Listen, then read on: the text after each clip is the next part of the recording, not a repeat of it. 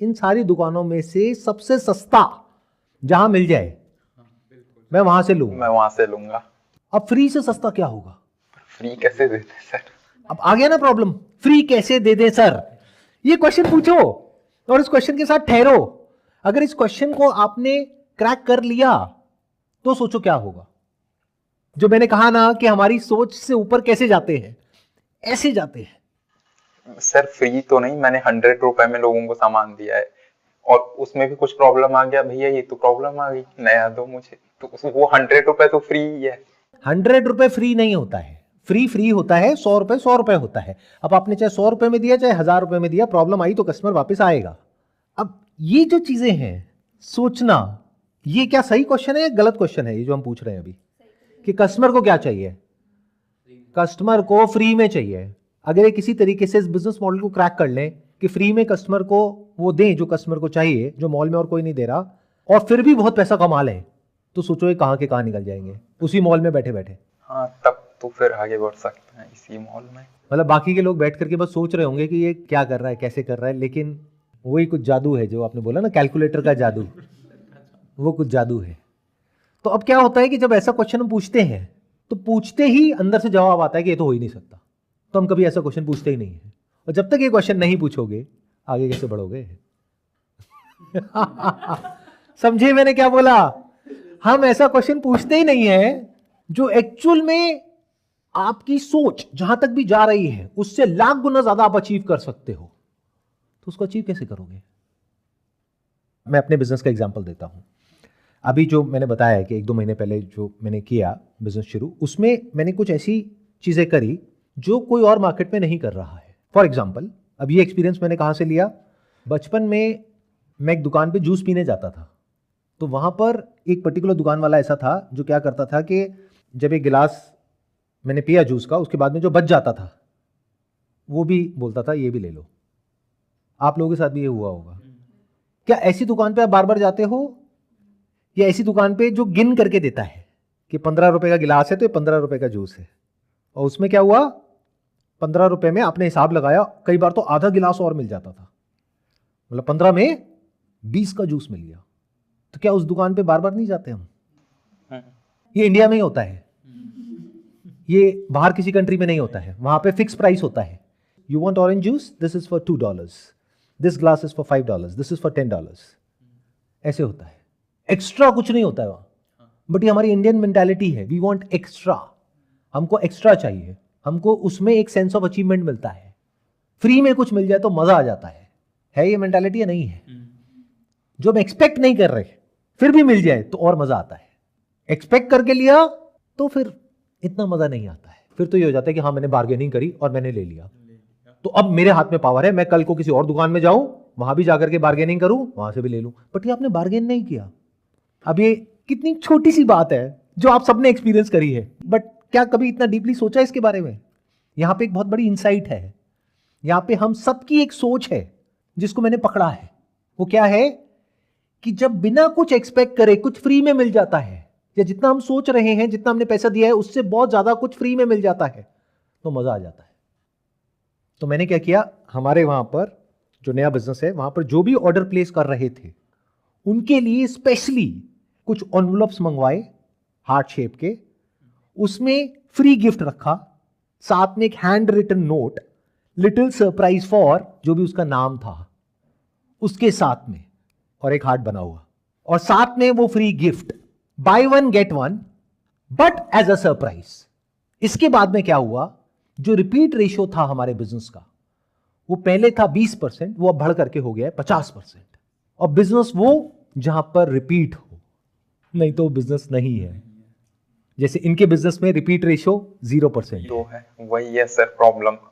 जैसे एक है मुर्गी का बिजनेस, एक है अंडे का बिजनेस, तो अभी इनका मुर्गी का बिजनेस है या मुर्गे का बिजनेस है। जो भी है। मुर्गों के भी कपड़े रखते हो आप या सिर्फ मुर्गियों के रखते हो?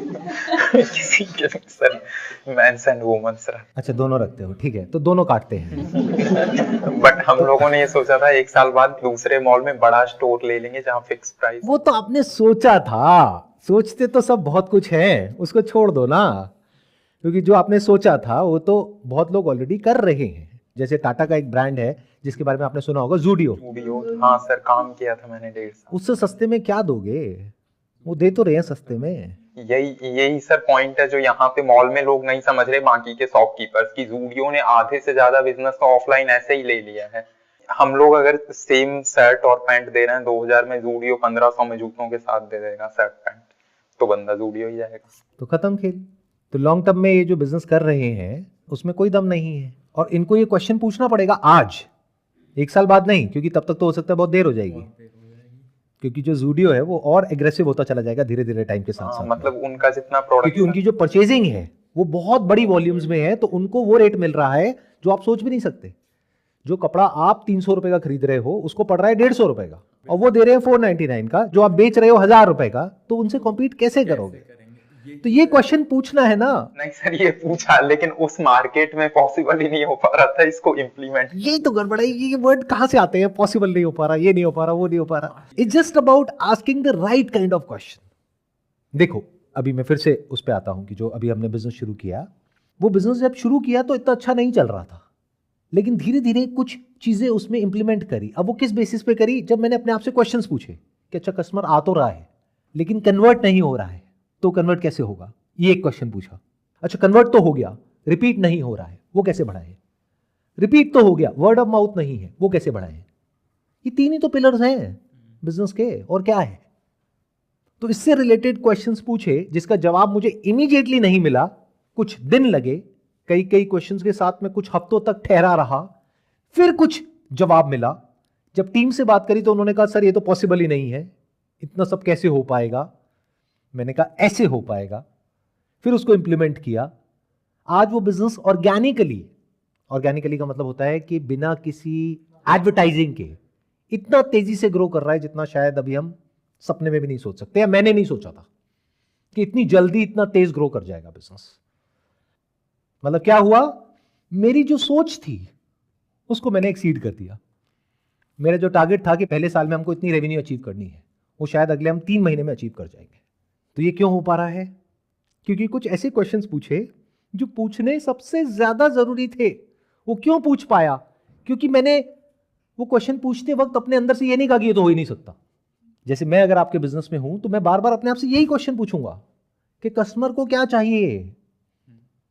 जूडियो चल रहा है ना, क्यों चल रहा है? क्योंकि वो उस प्राइस पॉइंट पे लेटेस्ट चीजें दे रहा है जो कोई और देने का सोच भी नहीं सकता है, इस वजह से वो चल रहा है। तो क्या आप कुछ ऐसा कर सकते हो? पहले तो ये समझो कि आप उससे कॉम्पीट नहीं कर सकते। तो ये जो आपका दूसरा प्लान है कि मैं मॉल में जाकर के एक फिक्स प्राइस शॉप खोल दूंगा, ये कर दूंगा, वो कर दूंगा, वो इतना बढ़िया प्लान नहीं है। क्योंकि आप क्या बनने की कोशिश कर रहे हो? आप उसी का छोटा वर्जन बनने की कोशिश कर रहे हो। तो जब एक उसका बड़ा वर्जन ऑलरेडी अवेलेबल है तो कोई छोटे में क्यों आएगा? आप अपने ऊपर रख करके देखो, एक ऐसे स्टोर में जाओगे जहां पे 500 रुपए की शर्ट मिल रही है लेकिन 1000 वैरायटी है, या ऐसे स्टोर में जाओगे जहां पे 500 रुपए की शर्ट मिल रही है लेकिन सिर्फ 10 वैरायटी है, कहां जाओगे? सोचो। सर इसमें भी है ना, मेरे पास अपना मैन्युफैक्चरिंग सेटअप भी है, बट मैं फिर भी जूडियो से कॉम्पीट नहीं कर सकता क्योंकि जूडियो की परचेजिंग पावर ही बहुत ज्यादा है। आप जूडियो से कॉम्पीट नहीं कर सकते, बट क्या हो, आप कुछ ऐसा करो जो जूडियो करने के बारे में सोच भी नहीं सकता। मतलब कि एक छोटे बिजनेस होने का नुकसान है तो फायदा भी है। फायदा क्या है कि ये कुछ ऐसा कर सकते हैं जो एक बड़ी कंपनी नहीं कर सकती, क्योंकि वो अगर छोटा सा भी डिसीजन लेंगे तो उसका इंपैक्ट बहुत बड़ा आएगा उनके पूरे बिजनेस के ऊपर। प्लस एक हायरार्की बहुत बड़ी है, उनकी डिसीजन मेकिंग स्लो होती है, इनके लेवल पर डिसीजन मेकिंग फास्ट है। ये आज डिसीजन लेंगे, कल इंप्लीमेंट कर सकते हैं। For example, just as an example, इसको करना है नहीं करना है, लीगली ये करना सही है नहीं है, वो सब आपको चेक करना है, बट मैं एक एग्जाम्पल दे रहा हूं कि इस बिजनेस में अगर कुछ मजेदार करना है तो कैसे होगा। देखो, एक चीज हमें ये समझ आई कि कस्टमर को फ्री में चाहिए। हाँ। दूसरी एक और इंसाइट है, लॉटरी बिकती है या नहीं बिकती है? पूरी दुनिया में, मतलब जहां इलीगल है वहां की बात अलग हो रही है, जहां पे लीगल है वहां पे लॉटरी बिकती है या नहीं बिकती है? बिकती है। कितनी बिकती है? जो लॉटरी कंपनीज होती है या जो कैसीनोज होते हैं या जो गैम्बलिंग कंपनीज होती हैं वो कितना कमाती है? लिमिट ही नहीं है इसकी तो, बिलियंस में। चलो इसको भी छोड़ो, स्टॉक मार्केट में बहुत सारे लोग ऐसे होते हैं जो लॉन्ग टर्म इन्वेस्टिंग नहीं करते हैं। वो जाते हैं और ये सोचते हैं कि फटाफट से अगले 1 महीने में करोड़पति बन जाऊं। ऐसे कितने लोग हैं? बहुत है। अंदर से आप सब क्या चाहते हो? अपने आप से सच बोलना कि फटाफट से बिना कुछ करे बहुत सारा पैसा कहीं से आ जाए, ये चाहते हो या नहीं चाहते? हाँ। मतलब अंदर से चाहते हो या नहीं चाहते हो? जब कोई कॉन्टेस्ट होता है कि इस कॉन्टेस्ट में अगर आप जीत गए तो ये गाड़ी मिलेगी, तो अंदर से चाहते हो या नहीं चाहते हो कि मेरे को गाड़ी मिल जाए? मतलब आप क्या चाह रहे हो कि 500 रुपए की शॉपिंग करी और एक 5 लाख की गाड़ी मिल जाए। इलॉजिकल है लेकिन रियलिटी है। तो इन दो रियलिटीज को अगर हम कंबाइन कर दें, अभी आपसे बात करते करते ही आइडिया आ रहा है, आई एम नॉट श्योर कि ये लीगली सही है या नहीं है, तो वो आप वेरीफाई करना। ऐसा ना हो कि कल को आप जेल में बैठे हो और बैठ करके सलाखों के पीछे से मेरा नाम ले रहे हो।